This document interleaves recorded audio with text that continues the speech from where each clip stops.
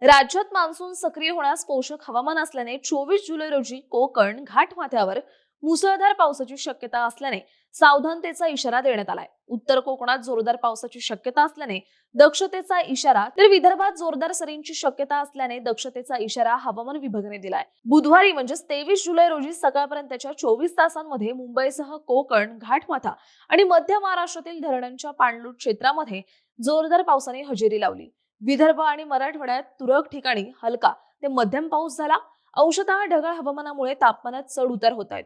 विदर्भातील यवतमाळ येथे राज्यातील उच्चांकी 34.4 अंश सेल्सिअस तापमानाची नोंद झाली. 24 जुलै रोजी कोकणातील रायगड, रत्नागिरी, सिंधुदुर्गासह मध्य महाराष्ट्रातील पुण्याचा घाटमाथा, साताऱ्याचा घाटमाथा, कोल्हापूरच्या घाटमाथ्यावर मुसळधार पावसाची शक्यता असल्याने सावधानतेचा इशारा देण्यात आलाय. मुंबई, ठाणे, पालघर, नाशिकच्या घाटमाथ्यावर जोरदार पावसाची शक्यता असल्याने दक्षतेचा इशारा आहे.